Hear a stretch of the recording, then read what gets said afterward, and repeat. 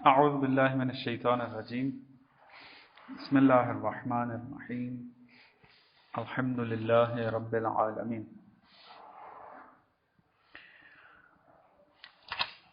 الثانی انہ لو کان مدرک الحسن والقبیح هو الشرع لا غیرہ لازم ان لا يتحقق بدونه واللازم باطل فالملزوم مثله۔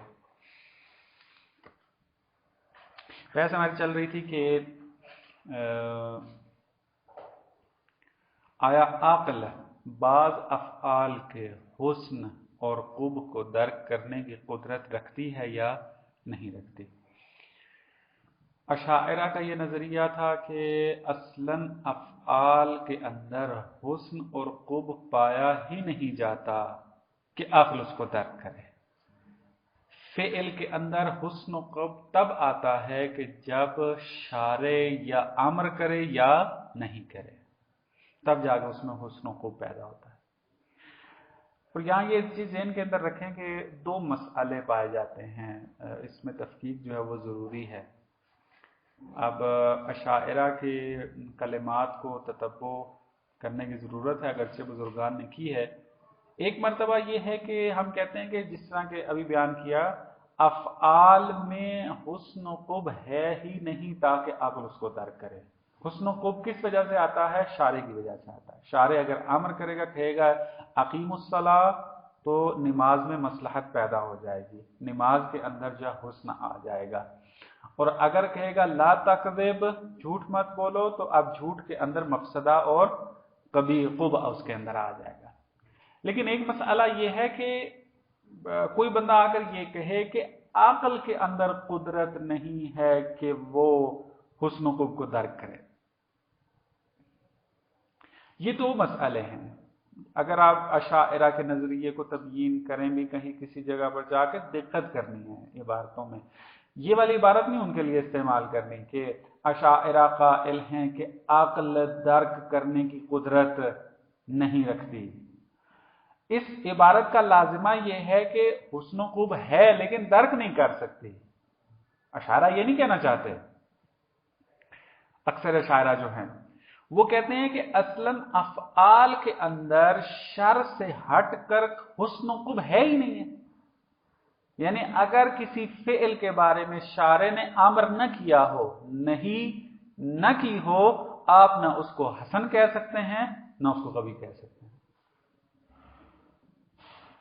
اصل وہ درک کی قدرت کی بات نہیں ہو رہی، یہاں پر بات یہ ہو رہی ہے امامیہ اور معتزلہ قائل ہیں کہ افعال کے اندر شریعت سے ہٹ کر، شارع سے ہٹ کر حسن اور قبح پایا جاتا ہے، اور عقل ان میں سے بعض کو درک کرنے کی قدرت رکھتی ہے۔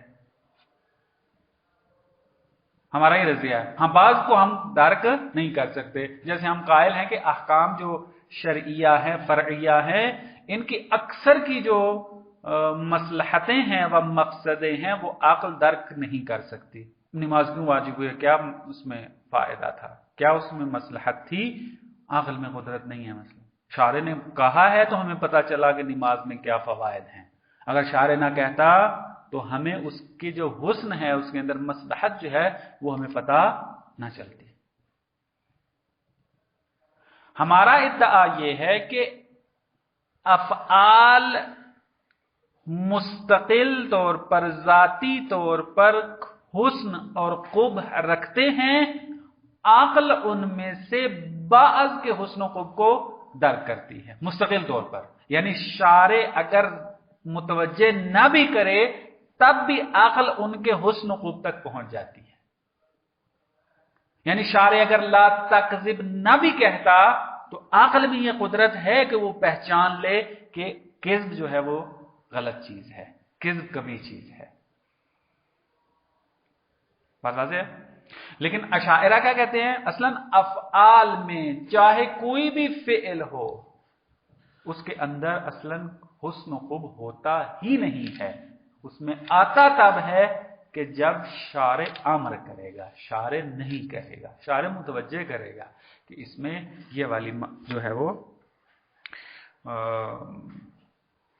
امر کیا، یعنی اس میں حسن آ گیا۔ مثلا اسی طرح اشاعرہ قائل ہیں، ہم کیوں کہتے ہیں کہ اشاعرہ منکر عدل الہی ہیں، حالانکہ وہ کہتے نہیں ہیں کہ ہم عدل الہی کے منکر ہیں، یعنی ایسا نہیں ہے کہ ہم قائل ہیں کہ خدا واحد ہونے کے ساتھ، قادر ہونے کے ساتھ، حی ہونے کے ساتھ عادل بھی ہے، اور اشاعرہ جو ہے وہ قائل ہے کہ اشاعرہ کہتے ہیں کہ خدا اپنا عالم تو ہے، قادر تو ہے، زندہ تو ہے، لیکن عادل نہیں ہے۔ وہ یہ نہیں کہنا چاہتے۔ ہم ان کو عادل سے خارج اس لیے کرتے ہیں کیونکہ ان کی بات کا لازمہ یہ نکلتا ہے۔ ہم نے ان کو کہا ہے کہ آپ منکر عدل ہیں، انہوں نے نہیں کہا۔ وہ کیا کہتے ہیں؟ وہ کہتے ہیں خدا عادل ہے، لیکن عدل الہی اس کا خود فعل ہے، یعنی خدا جو فعل انجام دے دے وہ عین عادل ہے۔ لہذا ان کا جو مبنا ہے اسی حسن و قبح عقلی کے درمیان کیا ہے کہ حسن و قبح جب تک شارع نہیں کہے گا، شارع نہیں روکے گا، وہ پیدا نہیں ہوگا۔ تو مثال دیتے ہیں، کہتے ہیں خدا اگر فرعون کو جنت میں ڈال دے اور موسیٰ کو جہنم میں ڈال دے، یہ عین عادل ہے۔ میں اور آپ کون ہوتے ہیں خدا سے؟ لا یسأل عما یفعلون، اس سے خدا سے پوچھا نہیں جائے گا جو اس کا اپنا فعل یفعل، جو اس کا وہ فعل انجام دیتا ہے۔ بس ہم نے خدا کی طرف نگاہ رکھنی ہے۔ مثال کے طور پر ذکر کر رہا ہوں، خدا جس کا امر کر دے، جس فعل کو انجام دے دے، وہ حسن ہے۔ میرے اور آپ کے اندر قدرت نہیں ہے کہ وہ آ کر یہ کہے نہ فرعون کو جنت میں ڈالنا قبیح ہے۔ توقف کیوں؟ کہاں سے؟ خدا نے کیا ہے، خدا کر سکتا ہے۔ لہذا وہ کہتے ہیں خدا کا فعل عین عادل ہے۔ اس طریقے سے آتے ہیں، خدا جو انجام دے گا وہ عادل ہے۔ نہ یہ کہ آپ یوں کہیں کہ عقل چونکہ اس کو قبیح شمار کرتی ہے، بس خدا کو نہیں کرنا چاہیے ایسے۔ نہیں تو آپ کون ہوتے ہیں خدا کے بارے میں فیصلہ کرنے والے؟ خدا کو نہیں کرنا چاہیے، بات واضح ہوئی ہے؟ بس اس طریقے سے وہ منکر عدل ہے، کیونکہ ہمارے نزدیک یہ ہے کہ بہرحال یہ ایک الگ تفصیل ہے کہ بعد میں شاید اس کی طرف اشارہ کروں، ہم بھی قائل ہیں کہ خدا ہر چیز کو انجام دے سکتا ہے۔ ابھی بحث آئے گی ہماری بات میں، خدا آیا قبیح فعل کو انجام دے سکتا ہے یا نہیں۔ ہمارے اور معتزلہ کے درمیان پھر یہاں فرق پڑ جاتا ہے، یعنی ہم اس بات میں تو مشترک ہیں معتزلہ کے ساتھ کہ حسن اور قبح مستقل طور پر عقل درک کر سکتی ہے۔ کچھ چیزیں قبیح ہیں چاہے شارع کہے یا نہ کہے، اور کچھ چیزیں حسن ہیں، لیکن پھر اس بات میں ہمارا ان کے ساتھ اختلاف ہو سکتا ہے، ہو جاتا ہے کہ آیا خدا افعال قبیحہ کو انجام دینے کی قدرت رکھتا ہے یا نہیں رکھتا۔ یہاں پر پھر میں وہ جو نقطہ بیان کرنا چاہ رہا تھا میں وہیں پر عرض کروں گا۔ پھر یہاں پر بہرحال مدعا واضح ہوا کہ مزید وضاحت کی ضرورت تو نہیں ہے۔ اب برہان کی طرف آتے ہیں۔ ایک برہان ذکر کر دیا، دوسرا برہان ذکر کرتے ہیں، پچھلے کو تکرار نہیں کرتے۔ دوسرا برہان یہ کہنا چاہتا ہے کہ اگر ہم اشاعرہ کی بات مان لیں، ہم قائل ہو جاتے ہیں کہ حسن اور قبح شرعی ہے، عقل نہیں درک کر سکتی اس کو، درست ہے؟ یعنی حسن و قبح شرعی قائل ہونے کا، حسن و قبح آیا اس وجہ سے ہے کیونکہ شر نے کہا ہے، حسن و قبح شرعی کے قائل ہو جاتے ہیں۔ وہ کہتے ہیں پھر اس کا لازمہ جو نکلے گا اس کو پھر آپ کو ماننا پڑے گا۔ ہم آپ کے ساتھ قائل ہو جاتے ہیں، آپ کہتے ہیں چلیں ہم مانتے ہیں کہ حسن و قبح شرعی ہے، تو پھر اس عقیدے کا جو لازمہ و نتیجہ نکلے گا پھر اس کا بھی ملتزم ہونا پڑے گا۔ وہ کیا ہے؟ اگر شرع نہ ہو تو حسن و قبح کو بھی نہیں ہونا چاہیے، کیونکہ آپ نے کیا کہا؟ مشروط کیا ہے نا، حسن و قبح کب آئیں گے؟ جب شرع آئے، شارع دخالت کرے، شارع امر کرے، شارع نہیں کرے، تب حسن و قبح آئے گا۔ بس حسن قب آنا اس کی شرط کیا ہے؟ شر کا آنا. جب مشروط اور شرط کا رابطہ پیدا ہو گیا شر اور حسن قب عقلی کے حسن قب کے درمیان، اس کا مطلب ہے جہاں پر شر نہیں ہے وہاں پر حسن قب بھی نہیں ہونا چاہیے. شرط و مشروط کا یہ نا، آپ کہتے ہیں کہ اگر زید آیا تو میں آؤں گا، تو آپ کا آنا مشروط ہے کس کے ساتھ؟ زید کے آنے کے ساتھ. اگر زید نہ آیا تو آپ بھی نہیں آئیں گے. یہی ہے نتیجہ، یہ نکلے گا آپ کو نہیں آنا چاہیے. درست ہے؟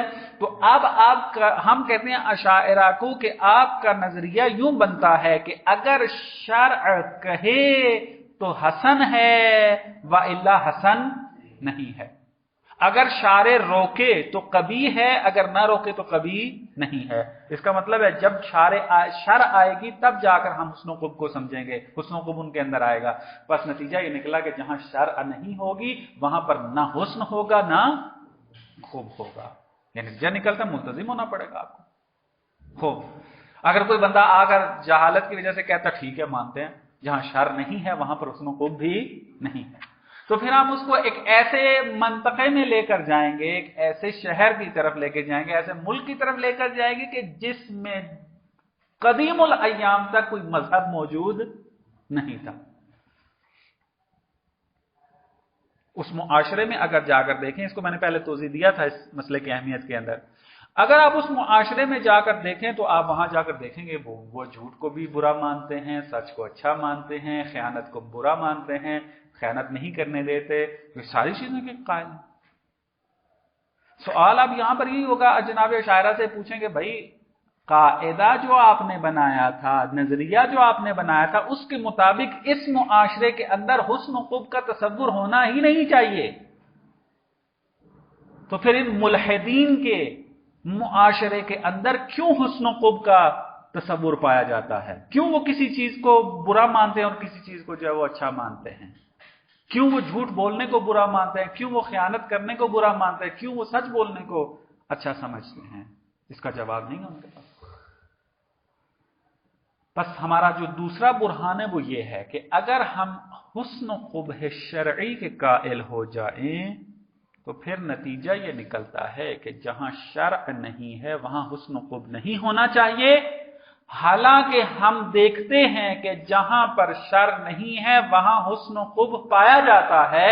بس نتیجہ ہمارا نکلتا ہے کہ بس عقل کے اندر یہ قدرت ہے. اول بات تو یہ نہیں نکلتا حسن و قب ہے شرع کے بغیر، اور دوسرا یہ کہ عقل ان کو درک کرنے پر قدرت بھی رکھتی ہے. بات واضح ہوئی ہے؟ اس برہان کو دیکھیں پھر تیسرا برہان پڑھتے ہیں. الثانی دوسرا برہان کہ انہ لو کان مدرک الحسن والقبیح هو الشرع لا غیرو یا لا غیرہ لازم ان لا یتحقق بدونہ. اگر درک کرنے والی چیز حسن کو اور قبیح کو وہ کیا ہو؟ وہ شرع ہو. یا یوں پڑھ لیں لو کان مدرک الحسن والقبیح هو الشرع لا غیرو لازم اللہ یتحقق بدونہ، کہ اگر حسن و قبح کا جو مدرک ہے وہ شرع ہو، یعنی شرع کہے تو حسن و قبح آئے، تو لازمہ اس کا لازمہ یہ نکلے گا کہ اللہ یتحقق حسن و قبح متحقق نہ ہو بدون شرع، جہاں پر شرع موجود نہیں ہے.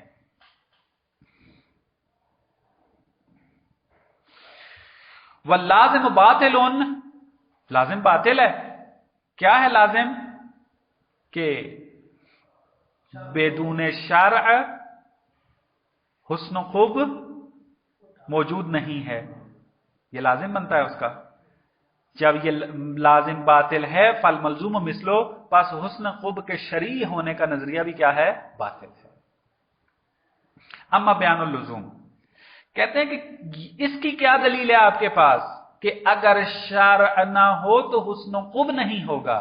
یہ کیا دلیل ہے اس کی؟ کہتے ہیں کہ فالامتناع تحقق المشروط بدون شرط ہی ضرورتاً، چونکہ نظریہ شرط و مشروط کے ساتھ بیان ہوا ہے، یعنی شارع شرط ہے حسن و قبح کے تحقق کی، تو اب یہ قاعدہ موجود ہے ادبیات میں بھی اور اصولی قاعدہ ہے کہ جہاں پر شرط نہ ہو وہاں پر مشروط بھی نہیں ہوگا. عقل اس کو درک کرتی ہے، بدیہی قاعدہ ہے یہ، عقلی قاعدہ ہے یہ کہ جہاں شرط نہ ہو وہاں کبھی مشروط نہیں ہوگا. ممتنع ہے مشروط کا متحقق ہونا شرط کے بغیر ضرورتاً، اور یہ بدیہی امر ہے.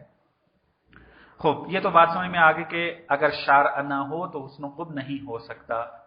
اما بطلان اللازم، بیان بطلان اللازم، یہ جو آپ نے کہا کہ شرع نہ ہو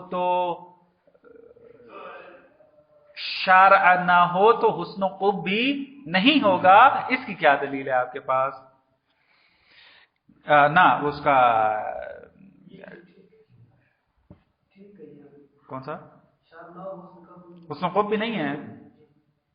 عبارت دیکھیں، میں تھوڑا ذہن سے نکلا ہوا مطلب فَلِأَنَّ مَن لَا يَعْتَقِدُ الشَّرْعَ، جو شخص اعتقاد نہ رکھتا ہو شریعت کا، وَلَا يَحْكُمْ بِهِ، اور یعنی شرع کے ذریعے وہ حکم بھی نہیں کرتا، كَالْمَلَاحِدَةِ وَعُلَمَاء حُكَمَاءِ الْهِنْدِ يَعْتَقِدُونَ حُسْنَ بَعْضِ الْأَفْعَالِ.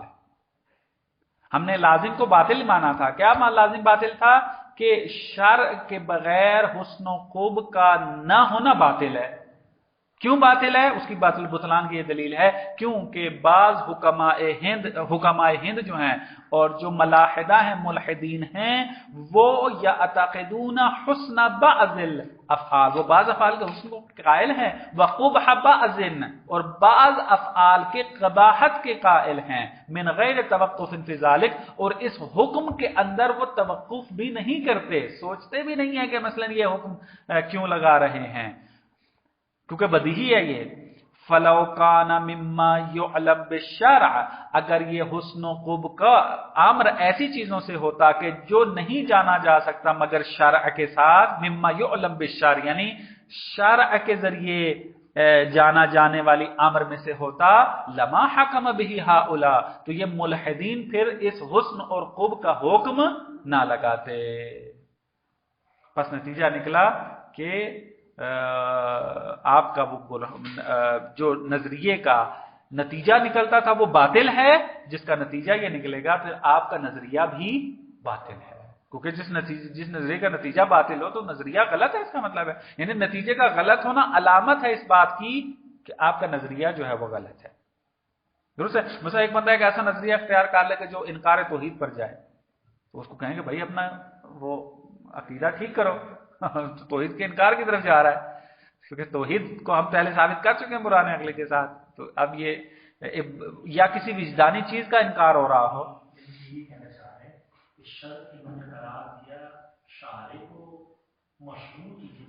حسن قب کو ہاں ممکن نہیں ہے. آپ شارع نہیں مان رہے ہیں، اس کو دیکھ بھی رہے ہیں، تو کس طریقے سے مشروط موجود ہے اور شارع نہیں ہے. آپ کوئی اور چیز ہے جس نے حسن قب پیدا کیا ہے.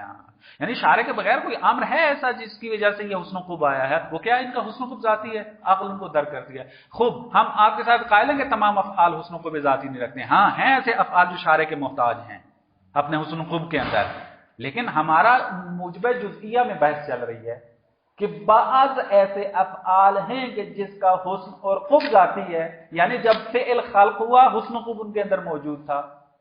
ذاتی ہونے کا یہ معنی ہے. خدا مثلا جب کذب کا تحقق اپنے ساتھ مفسدہ لے کر آتا ہے، صدق کا تحقق اپنے ساتھ فائدہ لے کر آتا ہے مثلا. درست ہے. تو یہ عقل اس چیز کو درک کرتی ہے، بس یہ ذاتی ہیں. یہ تھا دوسرا برہان. تیسرا برہان وہ یہ ہے کہ بھائی ابھی تو ہم نے کیا کہا تھا ان کو دوسرے برہان میں، فرض کریں آپ کے نظریے کو مان لیتے ہیں لیکن اس کا نتیجہ غلط نکلتا ہے، بس یہ علامت ہے کہ آپ کا نظریہ باطل ہے. ابھی کہتے ہیں کہ اگر آپ حسن قبح عقلی کو نہ مانیں تو شرعی بھی ثابت نہیں ہوگا، یعنی جس چیز کے دنبال میں آپ ہیں وہ بھی حاصل نہیں ہوگا. حسن قبح شرعی کا ثابت ہونا موقوف ہے کہ پہلے حسن قبح عقلی موجود ہو. اگر آپ اشاعرہ کا ہم نظریہ مان لیں کہ تمام افعال اس کائنات کے اندر وہ حسن و خوب سے خالی ہیں اور شارع آ کر ان میں حسن و خوب ڈالتا ہے، اس کا مطلب یہ ہے کہ حسن و خوب شرعی اصلاً وجود ہی پیدا نہیں کر سکے گا، کیونکہ آپ حسن و خوب عقلی کے منکر ہو گئے ہیں۔ کیسے؟ جس کو میں نے پہلے آپ کو وضاحت کیا تھا، آپ کے ذہن میں آ جائے گا، بیان کرتا ہوں۔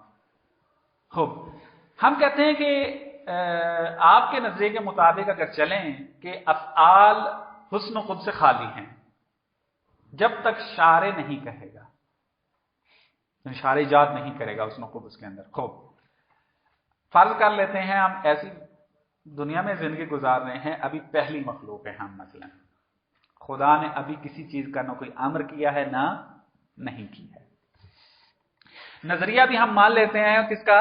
اشاعرہ کا، کہ کوئی بھی فعل حسن اور خوب نہیں رکھتا۔ خداوند متعال اب ان بندوں کی رہنمائی کرتا ہے، اپنا نمائندہ بھیجتا ہے، نمائندہ بھیج کر کہتا ہے کہ میرے بندوں کو جا کر کہو جھوٹ حرام ہے، جھوٹ جو ہے وہ قبیح ہے، اور کہو سچ بولنا ہے، آپ نے سچ بولنا جو ہے وہ اچھا ہے۔ خوب، ہم کہہ سکتے ہیں کہ نہیں کہ نبی جھوٹ بول رہا ہے؟ کہیں گے؟ اشاعرہ کے نظریے کے تحت چلیں نا، اپنے نظریے کے تحت نہ چلیں۔ ہم نبی کو کہہ سکتے ہیں کہ جھوٹ بول رہے ہیں یا نہیں؟ کہہ سکتے ہیں۔ کیوں؟ کیونکہ حسن و خوب نے تب آنا تھا جب شارع نے آ کر ہمیں روکنا یا فعل کا امر دینا تھا، درست ہے؟ تو اب اس کا مطلب ہے کہ جھوٹ اس وقت حسن و خوب سے خالی ہے، نہ اس میں حسن ہے نہ اس میں قبیح ہے۔ نبی آیا، نبی نے آ کر کہا کہ خدا کہہ رہا ہے کہ نہ کرو، میں کہتا تم جھوٹ بول رہے ہو، کہتا خدا نے کہا، خدا بھی جھوٹ بول رہا ہے۔ کہیں گے خدا کیسے؟ اب کوئی بندہ یہ تو نہیں کہہ سکتا یہ کبھی ہے، نہیں ہو سکتا، بابا اس میں حسن و خوب آیا ہی نہیں ہے۔ حسن و خوب کب آنا تھا؟ جب شارع نے امر کرنا تھا، اور نہیں ہے ہم، کیونکہ یہ دیکھیں جب وہ خالی ہے جھوٹ حسن و خوب سے، تو آیا خدا جھوٹ بول سکتا ہے؟ نہیں بول سکتا، حسن و خوب نہیں ہے اس کے اندر۔ ہم کہتے ہیں خدا جھوٹ نہیں بول سکتا کیونکہ جھوٹ کو کبھی مانتے ہیں، خدا حکیم ہے اور حکمت حکیم سے جو ہے وہ کبھی فعل انجام نہیں ہوتا۔ ابھی فرض یہ ہے شاعرہ کے نظریے کے مطابق کہ جھوٹ کب نہیں رکھتا اور اسی طرح حسن بھی نہیں رکھتا، بس خالی ہے بالکل، تو خدا جھوٹ سے متصف ہو سکتا ہے نہیں ہو سکتا؟ ہو سکتا ہے۔ اگر جھوٹ سے متصف ہو گیا تو میں کہوں گا خدا نے جو امر دیا ہے وہ دینا ہی نہیں چاہتا، ایویں کہہ دیا ہے بس، شرط ثابت نہیں ہے، نہ نبی کی نبوت ثابت ہے، نبوت جب ثابت نہیں ہے احکام خدا ثابت نہیں ہوں گے، احکام خدا ثابت نہیں ہوں گے، اس نے خود پیدا نہیں ہو سکتا، کیونکہ احکام ثابت ہوں گے تو اس نے خود ثابت ہوگا۔ ہم کہتے ہیں خدا نے جو اقیم الصلاۃ کہا ہے وہ جھوٹ کہا ہے، اور ہم یہ بھی نہیں کہہ سکتے کہ یہ کیسے ہو سکتا ہے، بابا ہو سکتا ہے کیونکہ خالی جھوٹ کے اندر نہ حسن ہے نہ قبیح ہے، خدا متصف ہو سکتا ہے اس سے کیونکہ ہر چیز خالی ہے اس سے۔ پس اگر حسن و قبح عقلی کو نہ مانا جائے تو حسن و قبح شرعی بھی حاصل نہیں ہو سکتا، بس آپ کو ماننا پڑے گا۔ بات واضح ہوئی ہے؟ دیکھیں، الثالث انہ لم انتفى الحسن والقبح الحسن والقبح العقلیان انتفى الحسن والقبح الشرعیان، اگر حسن و قبح عقلی منتفی ہو جائے تو حسن و قبح شرعی بھی منتفی ہو جائے گا۔ واللازم باطل، یعنی حسن و قبح عقلی کا بطلان نہ حسن و قبح شرعی کا بطلان ثابت ہے، درست ہے، کیونکہ حسن و قبح شرعی موجود ہے اتفاقاً، فقد الملزوم مثلو، تو حسن و قبح عقلی کا بطلان بھی کیا ہے، یعنی جو آپ کہہ رہے تھے منتفی ہے، اس انتفاع باطل ہے۔ ہاں، اس میں لازم ہم دیکھیں ملزوم کیا ہے ہمارا، ہم یہ کہہ رہے ہیں کہ اگر حسن و قبح عقلی منتفی ہو تو لازمہ کیا ہے اس کا، حسن و قبح شرعی منتفی ہو جائے گا، بس ملزوم ہمارا ہے انتفاع حسن و قبح عقلی، اس کا لازمہ کیا ہے، انتفاع انتفا یعنی منتفی ہو جانا حسن و قبح شرعی کا، یہ لازمہ ہے. ہم کہتے ہیں لازم باطل ہے تو ملزوم بھی کیا ہو جائے گا؟ باطل ہو جائے گا. یعنی کیا مراد؟ یعنی جو آپ اس کو منتفی مان رہے تھے وہ منتفی نہیں ہے، کیونکہ نفی نفی جمع ہی ہوگا نا. انتفاع کا بطلان جو ہے وہ یعنی اس کا اس بات ہے. عبارت دیکھیں، بیان الملازمہ. ملازمہ کیسے آپ نے ثابت کیا؟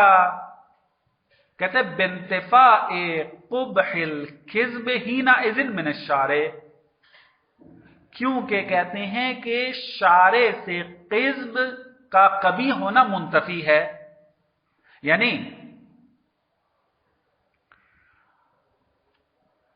قبح ہونا منتفی ہے، شارع سے کیا مراد ہے؟ یعنی شارع کی طرف اگر کذب کو نسبت بھی دے دیں گے تو قبیح ہونا لازم نہیں آئے گا، کیونکہ آپ قائل ہیں کہ یہ ابھی خالی ہے جب تک شارع امر نہ کرے.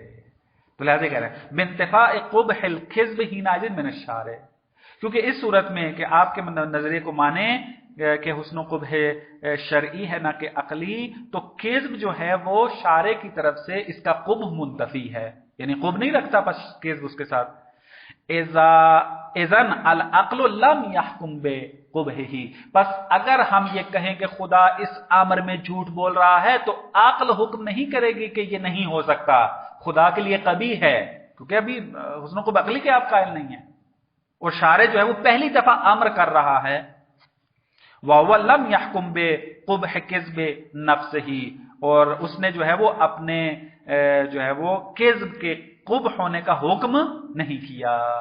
یعنی شارع نے یہ نہیں کہا کہ مثلا میں جھوٹ نہیں بولتا کیونکہ قبیح ہے، یہ اس والا حکم بھی نہیں کیا، کیونکہ ہماری بات یہ ہو رہی ہے کہ ابھی پہلا امر جو ہے وہ خدا صادر کر رہا ہے اپنی مخلوق کے آگے. یہ جو پہلا امر صادر کر رہا ہے اس میں ہم خدا کو کہہ سکتے ہیں نہیں کہہ سکتے خدا جھوٹ بول رہا ہے؟ نہیں کہہ سکتے ہیں، کیونکہ وہ حسن و قبح سے خالی ہے.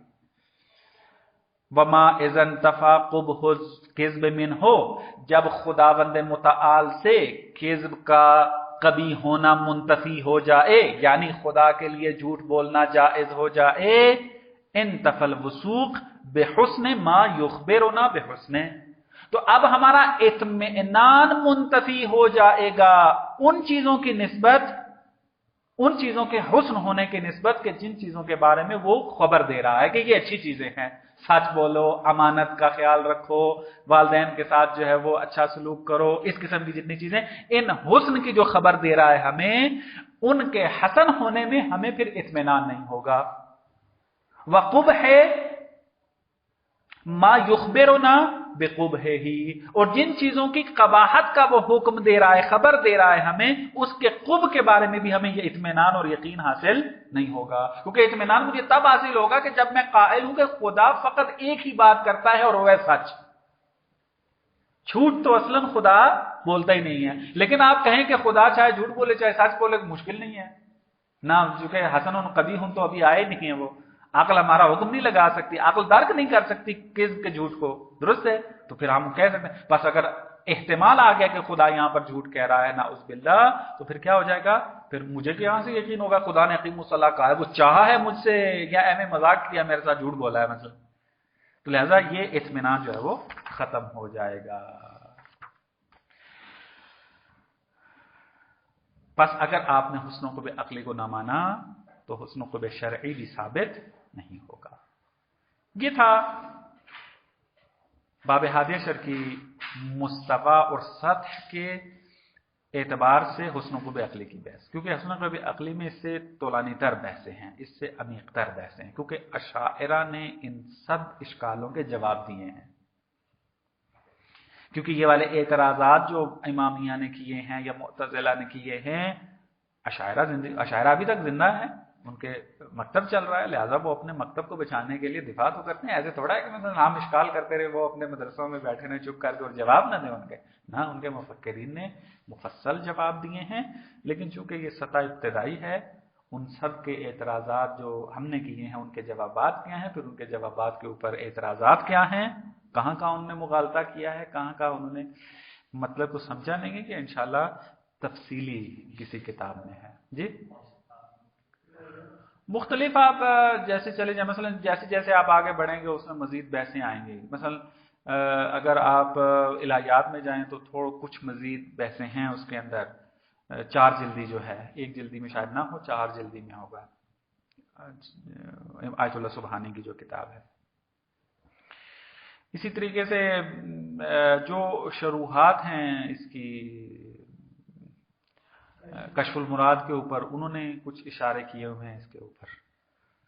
اس طریقے سے کتابیں ہیں. اور جو کتابیں درسی سے ہٹ کر لکھی گئی ہیں، درسی کتابیں نہیں، جو درسی کتابوں سے ہٹ کر لکھی گئی ہیں، انہوں نے تفصیلاً بحثیں کی ہوئی ہیں. یعنی جس بندے نے حسن قبح عقلی کی اوپر مستقل کتاب لکھی ہے، اس نے تمام آراء کو جمع کیا ہے، قدیماً و حدیثاً، پھر اس پر رد کیا ہے. مثلا اگر آپ تفصیلی بحث پڑھنا چاہتے ہیں تو حسن قبح کے اوپر جنہوں نے مستقل مقالے اور مستقل کتابیں لکھی ہیں، اس کی طرف رجوع کریں گے تو آپ کو آسانی سے تمام مطالب جو ہیں وہ مل جائیں گے. یہ تھی ہمارے حسن قبح کے عقلی کی بحث کہ یہ عدل الہی میں مقدماتی بحث ہے. یعنی عدل الہی کی بحث شروع تب ہوگی کہ جب آپ حسن و قبح عقلی کے قائل ہوں گے، تب آگے عدل الہی کی بحث ہوگی کہ خدا نے فلاں فعل انجام دیا ہے، آیا عادل ہے یا عادل نہیں ہے؟ ہم جو پھر جہان میں یہ کچھ جو مل رہا ہے یہ عادل ہے یا نہیں ہے؟ اس قسم کے سوالات تب کیے جا سکتے ہیں کہ جب عقل انسان افعال کے حسن و قبح کو درک کر سکتی ہو. اگر کسی کے اندر صلاحیت ہی نہ ہو درک کرنے کی حسن و قبح کو، تو پھر وہ سوال کیسے کرے گا؟ درست ہے؟ سوال کرنا متفرع اس بات پر ہے کہ پہلے عقل میں قدرت ہو کہ وہ حسن و قبح کو تمیز دے سکے. ہاں ممکن ہے حسن و قبح کی تمیز میں وہ صحیح سمجھ نہ سکا ہو، لیکن درک کرتا ہے، لہذا اعتراض کرتا ہے، سوال کرتا ہے کہ یہ ایسا کیوں ہے، یہ ویسا کیوں ہے، اس کو ایسا ہونا چاہیے تھا، اس کو ویسا ہونا چاہیے تھا. یہ اس پر تھا.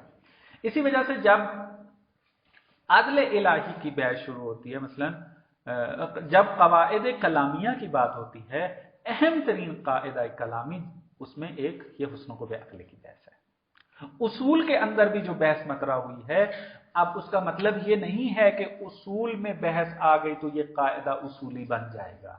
نہ، اصول کے اندر وہ بحث کلامی ہی ہے، اصولی نہیں ہے. وہ اصولیوں نے اپنی ایک مطلب کو ثابت کرنے کے لیے حسن قبح عقلی کی بحث مطرح کی ہے.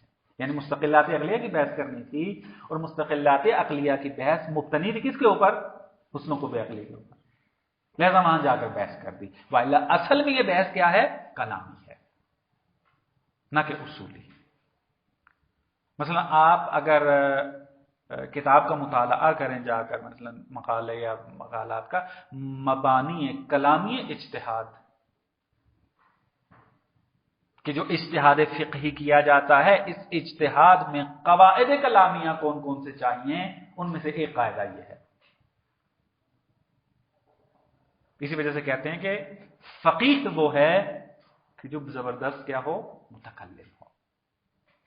یہ جو روش چل رہی ہے فقط فقہ و اصول اور عقائد کی 1-2 کتاب پڑھیں کافی ہے، کہ کیا ہے؟ فکر خطا ہے. اسی وجہ سے آپ دیکھیں کہ فتاوی کلامی میدان میں جا کر فقہی احکام کے اندر اختلاف ہو جاتا ہے.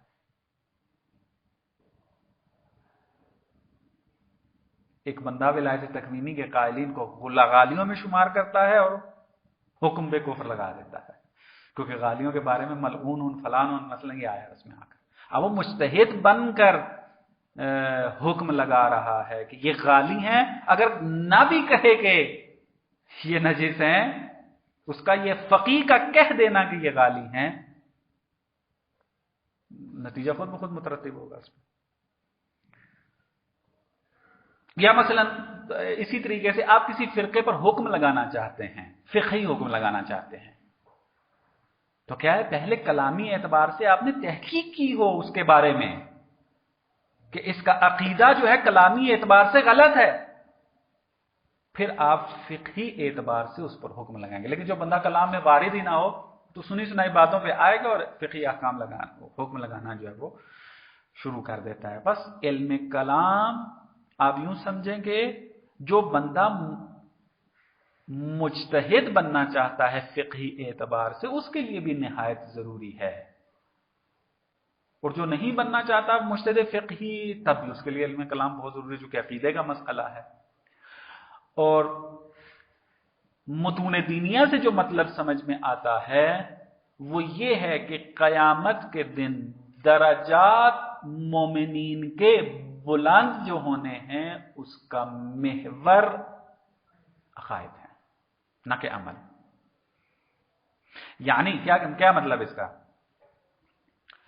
دو بندوں کی مثال لیتے ہیں. ایک بندہ ساری زندگی نماز شب بھی ترک نہیں کرتا، یعنی تمام استحبابات پہ عمل کرتا ہے، لیکن عقیدہ اس کا بچوں جیسا ہے، مثلا معارف کے اندر توحید میں، نبوت میں، امامت میں، مثلا اس طریقے سے، یعنی عادی عقیدہ ہے، سطحی عقیدہ ہے.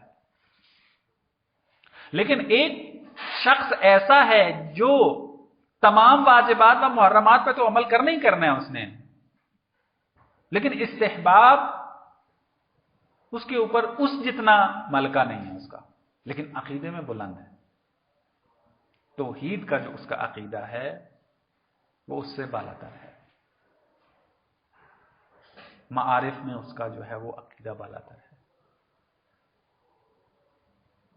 کس کو جنت میں مقام بلند ملنا چاہیے؟ عقیدہ. شریعت یہ کہتی ہے. ہاں یہ ہے جس کا عقیدہ اچھا ہوگا اس کا عمل بھی اچھا ہوگا، لازمہ ہے، علامت ہے اس چیز کی. لیکن بعض اوقات کیا ہوتا ہے، انسان بعض احکام کو ترک کرتا ہے جو مباحات میں آتے ہیں، جو مستحباب میں آتے ہیں، اپنے علمی بعض مسائل کی خاطر.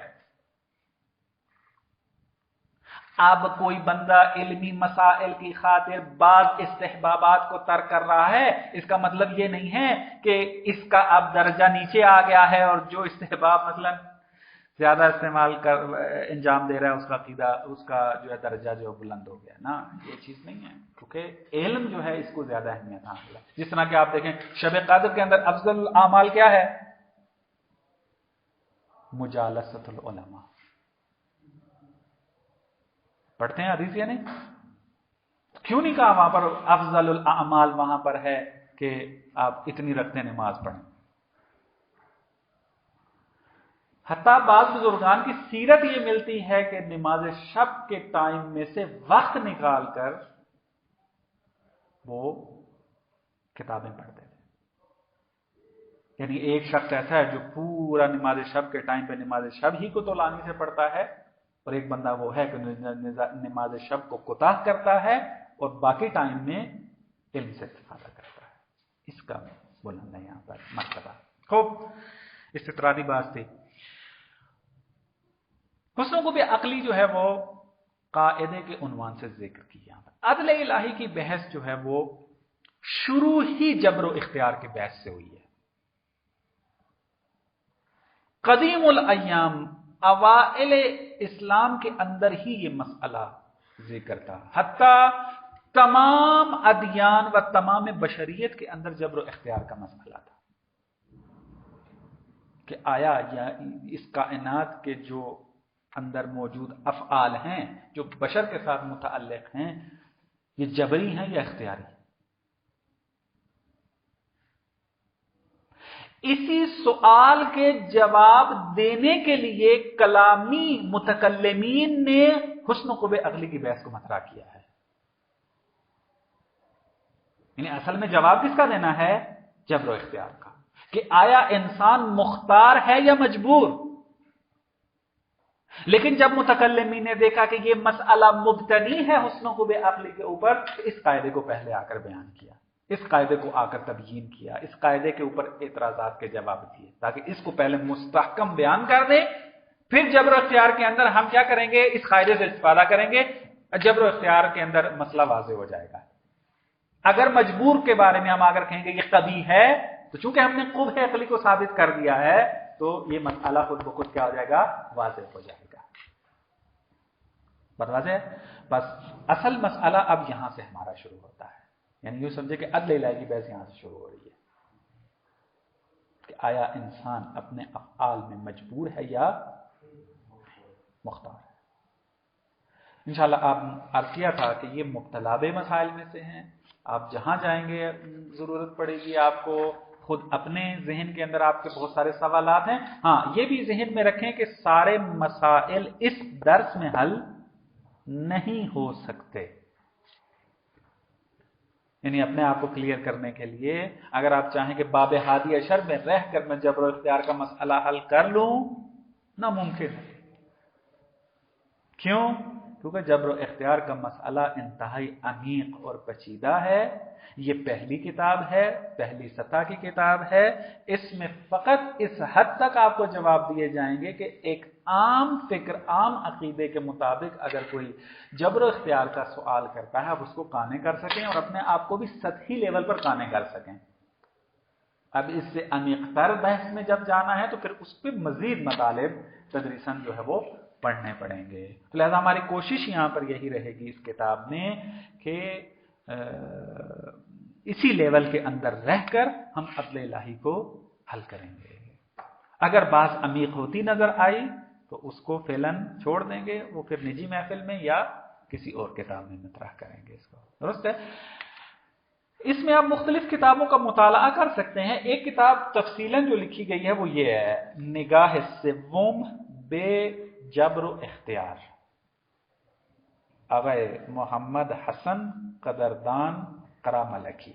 میں پھر شاید ان دوستان کو توصیہ نہیں کرتا اس کتاب پڑھنے کا کہ جنہوں نے پہلے ابھی کلامی کتابیں نہیں پڑھی، یعنی جن کا سابقہ ہے پہلے کچھ فلسفے کا اور کلامی کتب کا، وہ اس کا مطالعہ کریں، لیکن جو ابھی ابتدائی طور پر وارد ہوئے ہیں اور آشنا ہوئے ہیں کلامی بحثوں سے، وہ ابھی فعلاً اس کتاب کا مطالعہ نہ کریں، جب تھوڑا بہت وسعت آ جائے مطالعے میں اس وقت یہ کتاب بہت اچھی ہے۔